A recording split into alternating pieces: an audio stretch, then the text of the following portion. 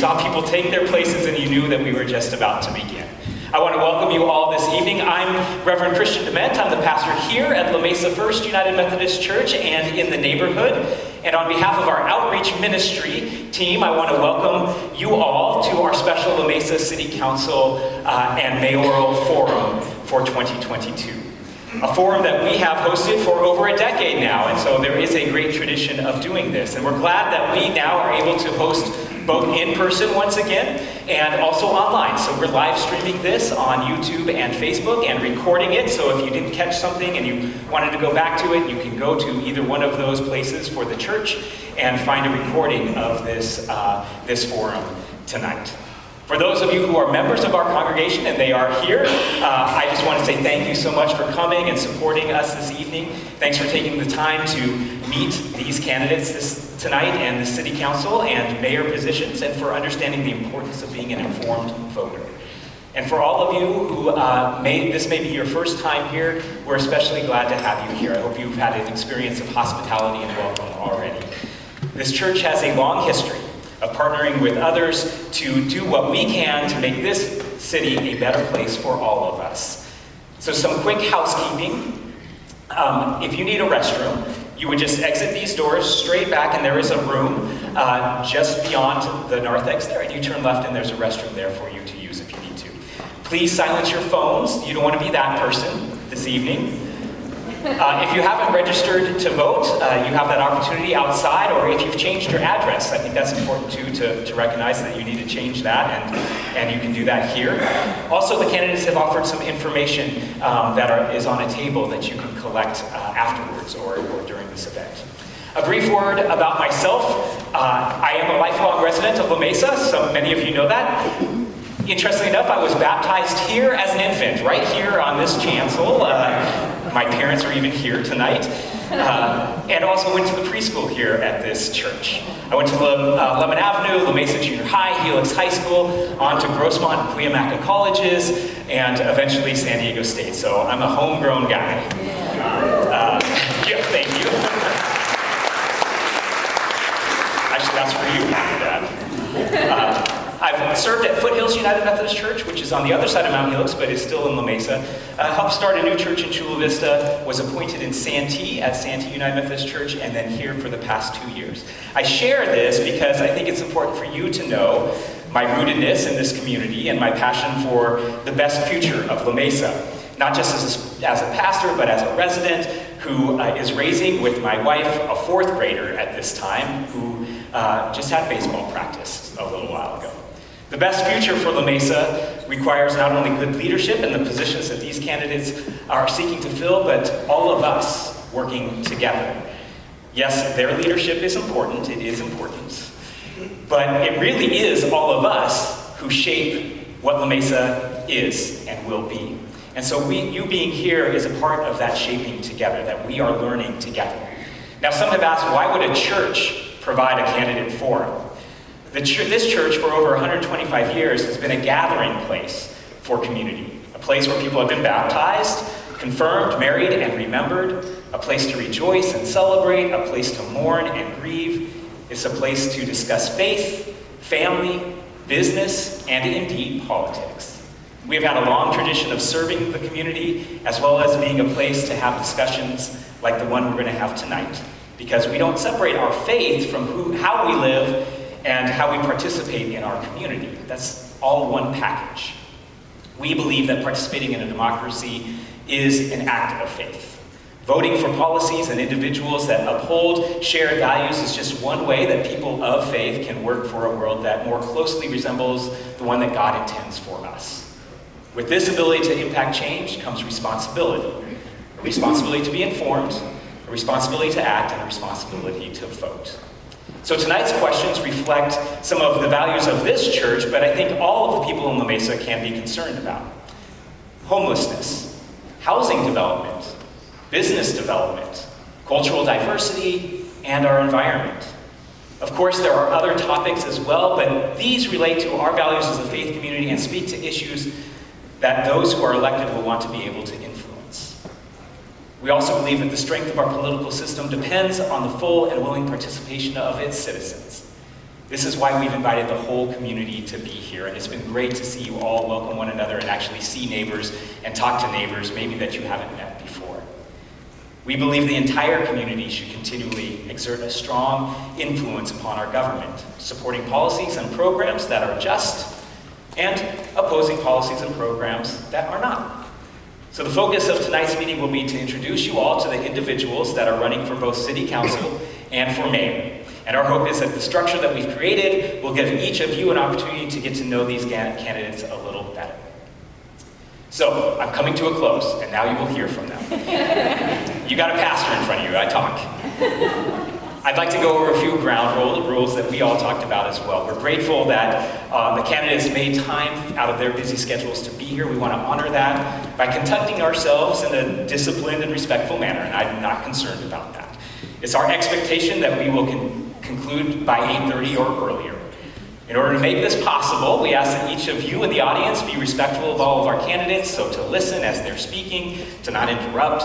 Please refrain from excessive exuberance for or against a particular candidate. This will allow us to take full advantage of the time that we have tonight. Each candidate will have a minute and a half to respond to the questions that we have. Our volunteer Karen, who is here before us, will indicate to the candidate their time by holding up a yellow card to let them know that they have 30 seconds left and a red card to let them know that their time has ended. They've all agreed to end when the red card comes up, right? Yes. And they all understand, and I hope you all understand, that this is a forum. It's not a debate. So they are not going to be responding to one another, and as in fact, we've actually agreed that they're all going to speak from their own platform, not lifting up what other candidates think or believe, but just what they believe. And I appreciate their willingness to do that, and they all appreciated that being a part of our contract tonight. So with all of that said, we look forward to hearing from these candidates this evening and to learn a little bit more about what the future holds for our not just church, but our community together as neighbors. So what I'd like to do is create an opportunity for each of our candidates to share just a 1-minute brief introduction of who they are, and then we'll move into questions. So here we go. I'm going to begin with Mejgan, and if you could just introduce yourself and share. Thank you so much, Reverend Christian, and thank you so much to everybody here. It's wonderful to be back here at the First United Methodist Church again, and thank you so much for hosting us as candidates. Good evening to all my fellow La Mesans. My name is Mejgan Afshan, and I am running for La Mesa City Council again. And I would love your support. Our equitable policy platform will help all La Mesans. As the young daughter of Afghan refugees that relocated to La Mesa in the 5th grade, I attended La Mesa Middle School, Helix High School, and Grossmont College before transferring to San Francisco State. I have a background in working in public policy, working with regional partners at the city, state, and federal level. And that is how we will be able to move forward together. Being able to collaborate and to be able to work in coalition with one another will help us create a more equitable future together. Thank you so much. Good evening. Am I on? Yes. Okay. Good evening. Thank you all for being here. First of all, I want to say Happy Teacher Appreciation Day to Dr. Ed. Today is Teacher Appreciation Day. He is a fabulous teacher. I'm Kristine Alessio, and I'm running for mayor. I was born in La Mesa. I have lived here 30 years. I was on the city council. I'm very proud of the things we accomplished in a bipartisan nature on the city council. I see bigger, better things for La Mesa in store. I have ideas, whether it's library, whether it's business development. I have ways to get there without breaking bank and raising your taxes. And my side job, my daughter, Emily, was born here at Grossmont Hospital, same place I was. She went to school at Lemon Avenue Elementary, Parkway Middle School, and later to Grossmont High School. So I have some literature outside, and I welcome you to look at my platform, and I'm proud to be endorsed by both the La Mesa Police Officers Association and La Mesa Firefighters Association. Good evening, my name is Mark Arapostathis, and I'm running for re-election for mayor of the city of La Mesa. I want to say thank you to Pastor Christian for having us here and everybody being here, and also to everyone sitting up here because they're putting themselves out there, and unless you've been in this position, you don't know really what it's like, and maybe you have in another position, but I appreciate everyone willing to participate in leadership in La Mesa. I was also born here in the city of La Mesa and attended Lemon Avenue, La Mesa Junior High, Helix High School, graduated from San Diego State. Yeah, and I teach currently at La Mesa Arts Academy. I was a co-founder of that school, and I'm proud of what we're doing in the city of La Mesa. There's a lot of new programs that have been rolled out in the last 2 years, which has been difficult due to the pandemic, but new things are happening. We have a new city manager and a new police chief, and good things are happening. I love the city and care about it. Thank you very much for having me here. Hello, and thank you for coming. I really appreciate the opportunity. It's nice to see everyone, and thank you, Pastor Demin, for having us. My name is Patricia Dillard, and I'm running for La Mesa City Council. I have been in the city for over 27 years. We are rooted here. We raised our 3 children here. They attended all 3 schools locally, ending up at Helix High School. And we have always contributed back to our community in many, many ways. One of the things that I do currently is I serve as the Vice Chair for the Community Police Oversight Board. We've been working for almost 3 years now, and we have established an excellent relationship with our police department. And I am also endorsed by the La Mesa Police and Firefighters. I have so much experience, and I just want to take it to the next level, and I hope that you will consider voting for me, patriciadillard.com. Thank you so much for your time. Hi, my name's Laura Lothian. I am a longtime La Mesa resident as well. I have a daughter here who went to La Mesa Elementary and Grossmont High School. I am a longtime resident, as I said, homeowner, businesswoman. I've been a La Mesa real estate agent for 20 years. And I was elected last year in a special election to finish Dr. Akilah Weber's term. She had 1 year left. So I had 1 year to do a lot of stuff to prove to La Mesa how much I focus on La Mesa. And my mantra has been from day one, police, permits, and potholes. And I have a small list of things that actually kind of a big list of things I've done for La Mesa that has really made a difference. Number one, I focused on the permit process. We have a permit activity report that gets produced every quarter, so we know what's happening with the homeowners and the business people trying to get permits in this town. The La Mesa Police Department, of which I have their endorsement, they know that I have their support. I publicly support them and physically support them. I was proud that the La Mesa City Council voted 5-0 for $500,000 in ARPA funds towards small businesses, something that I worked on for 6 or 7 months. I need to stop. Thank you. Thank you so much, Laura. Good evening, everyone. My name is Tony Orlando. I'm running for La Mesa City Council. I was born here at Grossmont Hospital, January 7th, 1973. Yeah, I'm 49 years old. It's okay. I grew up in Spring Valley, grew up in East County, but I remember coming to La Mesa as a kid, going to Aquarius Roller Arena, where Penske Ford is now, and Family Fun Center, where the 125 took out.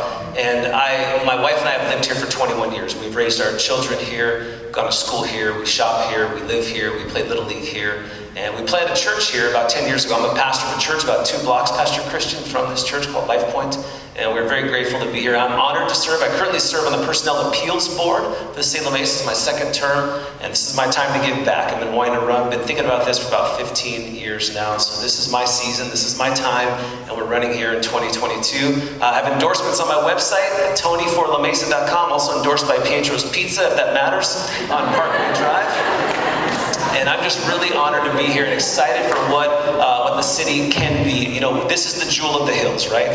And we want to bring it back to that. That's what it's always been. We thank you so much, Pastor Demin. And you can hold on to that mic. Perfect. Wonderful, thank you. You can give a round of applause for that.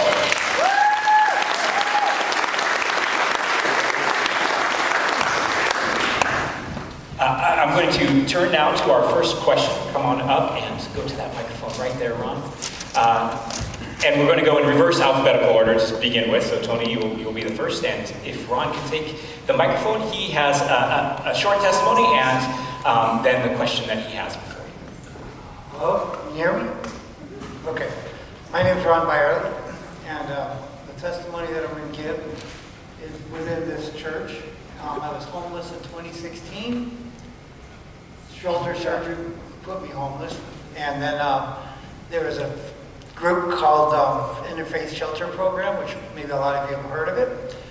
When I came to this church felt comfortable, opened arms and everything. So they had a Fresh Start program as well, which feeds the homeless on the last Saturday of the month and things. And I told everybody here that next year I will be helping, if not running, those two programs. And here I am doing just that. So I've been part of this church since 2017 actually, and really like it. So, background statement, one of the objectives in La Mesa Homeless Action Plan is to expand the city's ability to connect homeless residents and transitional and permanent housing opportunities. On May 10th, 2022, La Mesa signed a memorandum of understanding with the cities of El Cajon, Lemon Grove, Santee, and the county. The MOU brings together all 4 county cities and the country to work together to address shared emergency and long-term housing solution. In the East region, there is only one transitional shelter in the East region, and it is in El Cajon. Question: if you are elected or re-elected to the City Council, what would you do to bring emergency and long-term housing solutions to La Mesa to meet the needs of the residents who need this type of housing? Please take 1.5 minutes to support your answer. Ron, thank you so much for you. I'm going to take 10 seconds of my time to thank you for you giving us hope. Like, your story gives us hope that there can be a solution to the homeless issue. And I was thinking about this earlier, that we have, this is no longer an issue. This is a crisis. We find ourselves in a crisis right now of homelessness, and I only have a few seconds, so I'm going to get this very quickly. I think we're asking the right questions. I don't think we're answering them in the proper order. Okay, so we have to identify what kind of homeless that we're dealing with. Number one, we have those who are pre-homeless. Okay, those who are living in their car, maybe a hotel, it's a short-term situation, they've lost the job, there's something else that happened, some life traumatic event that has led them to be homeless. This is our best chance to help those like Ron. And then we have those who are newly homeless, who have all their possessions, all their belongings in a shopping cart or some other kind of car, and it's everything they have with them that is there. It's all their life possessions. They're often self-medicating. That's a 30-day golden window to get them out of that. And then lastly, we have those who are chronically homeless. We see them everywhere. We see them downtown in Glasslamp. We'll talk about that later. We see them here in our city. They're chronically homeless. Often, there's drug abuse connected to that, and there's mental illness, and sometimes, unfortunately, there's both. So we have to do something for us to really see this turn around. I was talking about this the other day. If you go downtown right now, it is absolutely a nightmare. Sadly, it's a nightmare. But downtown San Diego looked like La Mesa 15 years ago, looks like La Mesa now. And my fear is that 15 years down the road, we're going to look like downtown San Diego does currently. Stop. Okay, so the La Mesa City Council voted last session to award more than $500,000 of ARPA funds to something that I call individual housing. So instead of having a homeless hotel or a shelter, there's a group called Home Start, decades or generations of experience, and very respected, and they find units sporadically spread throughout La Mesa. That is perfect for someone that can land on their feet, someone that wants to accept help. The side of the coin that we don't talk about enough is the businesses and the residents who are suffering from the impact of homelessness in their neighborhoods and in their businesses. Last week I received 3 emails from people who were crying for help.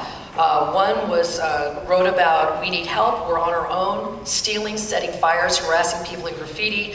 Another one has to hire security for their staff's safety. And there's a woman that lives on Black Mountain Road near the Spring Street Station where they keep setting fires next to her house. She's afraid her house is going to burn down and she could die. So the common thread in these stories is the trolley. And so I am in discussions with my fellow council member Jack Shoes on the MTS board. We need to start charging or enforcing fares. The trolley has become free and it's become a homeless express. And the police tell me directly that La Mesa has become too attractive to the homeless. There's too much concierge, too much homeless outreach. And I think we need to help the ones that can be helped, but we have to start thinking about the people that are suffering with too much homelessness on our streets, parks, and businesses.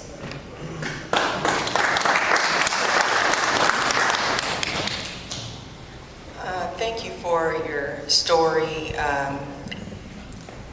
Homelessness is a complex issue, and I think that what the city is doing right now is that we do have a home program. I don't know if people are familiar with it, but it has a multiple amount of issues that we address with the homeless. But unfortunately, it's not enough. I would like to see, which we are doing now, is more collaboration with nonprofit organizations. And I would like to see more specialization in mental health issues, because I do believe that some of the homelessness issues have to do with mental health. I happen to have a brother who is homeless right now, and it's very frustrating sometimes when I'm talking to him, because in his mind he thinks that he's okay. He thinks that he's doing just fine. He literally has no place to live. So I would like to see more address with collaboration. And as far as housing is concerned, it is limited here in La Mesa with the city, but I do believe that we can find a place where we can start with a program that goes from the beginning to the end to help resolve people who are homeless that would like resolution and be able to get back on their feet. Thank you. Thank you. What would I do if I'm reelected is to continue to support the programs and all of the new programs. And like anything, there's no one program that's going to solve everything. And so you have to, if it's levers, you have to pull on a lot of different levers. And so our home program has 2 clinicians that go out and establish contact with people, and then they get them housing. Homelessness, to solve it has to start with housing first. But on the second day, if we don't have services to help people, to treat people, to addiction and everything else, people will never become autonomous from the government. I think that's what we want in the end. We don't want people to always have to rely on someone else. And so that's part of it. The other part is the Home Start program, getting housing for people that want it. And it is difficult to get people to want it. But when we establish all of these type of relationships, we can get people. We housed last year 53 people permanently, and they've stayed housed. The other part of this that we don't really talk about is making sure that people don't become homeless. So we have a rental assistance program. I told you before, I'm a teacher, and so we hear about families that are going to go into homelessness because there was a medical bill, there's an injury. We have a rental assistance program, and we're helping people not become homeless, and that's the other part of this too. And so there's lots of facets, and these programs, we're just rolling them out. They're in their infancy, but they are making a difference. But it is a crisis. Thank you. Thank you. If I'm elected mayor, first of all, thank you, Ron, for your testimony. I agree the Home Start program is superb. It really helps people. It's the way to go. My daughter lives in Santa Barbara. They have the same program up there, and it is immensely successful. Homelessness does have different realms, whether it's mental illness, whether it's addiction, whether it's a kid who got kicked out by his parents, and you cannot treat everyone the same. One thing, lots of our programs, whether it be rental assistance or even the homes program, are all grant funded.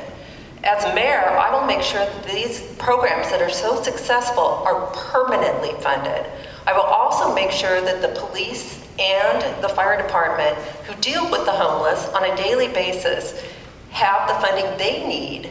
As Patricia said, it's a mental health issue, and we are sending people out who are paramedics and firefighters to deal with mentally ill people, and it scares the crud out of me to think that someone's dealing with someone who is on meth or fentanyl, and the fire department can't respond to maybe a multi-car crash. So we need to continue our programs. The ones that are successes need to have some permanent funding for them, and we need to really support our residents and business community as they are burdened by the homeless individuals who are not wanting to get help. It's paramount that we do that. No one should have to clean poop out of their walls. No one should have to be harassed. No one should have to be yelled at. Thank you for your witnessing and your testimony, Ron, and I'm so thankful that you're able to get on your feet. And you are an example of why our community needs to do better. We as La Mesans cannot leave our siblings on the streets to suffer any longer. What we need is to be able to expand programs like the home program, as many folks, including the mayor, has discussed. Matt and Earl are doing a wonderful job, but Matt and Earl, that are the clinicians for the home program, only work 40 hours a week. We need to expand these services, we need to expand their hours, and we need to hire more staff to do this work. We can no longer turn a blind eye to what's happening, of the suffering of our community members in these streets. God forbid any of you hit a person on the street that's homeless and sleeping on the street. God forbid anybody is attacked because of their unstable mental situation. We need to increase housing, whether it's low to affordable housing, as well as supportive services and programs that make sure, like the Home Start program, to make sure that we have places to put people temporarily. Not everybody has everything given to them. We know, and especially as somebody, as the daughter of refugees that came from Afghanistan and is endorsed by the Democratic Party, as well as the San Diego Labor Council, that there are many people that are struggling, but we don't leave them on the street. We have to do better, we have to step up, and we have to expand the programs that are available to our community members that are suffering. Thank you. I realize I will be the passer of the mic here. Thank you. Well, we move from a question about homelessness to a question about housing and housing development and how we approach that. So I'm going to invite Lynn to share that question. And we'll start with Laura first, and I'll figure out how to pass the mic. We recently gathered some data about the neighborhood around our church where we are located tonight. We found that within a 1 mile radius of this church, all within the city limits of La Mesa, almost 40% of the households report a family income of less than $51,000, which happens to be the Federal Department of Housing and Urban Development's level of eligibility for affordable housing in San Diego County. HUD also determines that a family should pay more than 30% of their income for housing, which puts the affordable rent at about $1,275 a month, or less if their annual income is less than $51,000. So these 3,000 households in our 1 mile radius meet the qualifications for affordable housing, but there are nowhere near that number of affordable housing units in the entire city of La Mesa. In fact, the whole county of San Diego estimates that 186,000 families need affordable housing, but there currently are only 46,000 available.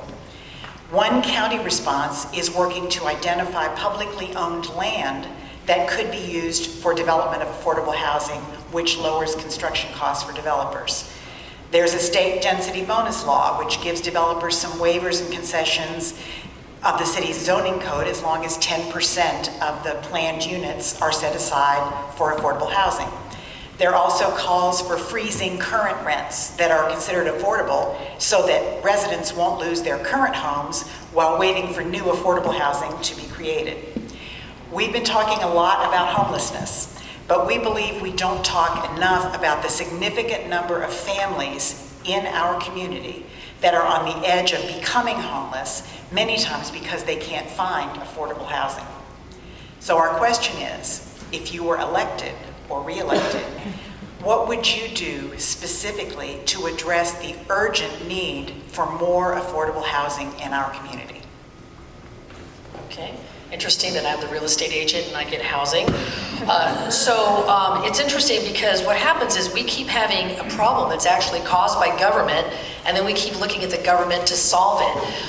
The reason California has a median household price of, or San Diego, $800-something thousand is because it takes 17 years to build a house on an empty lot.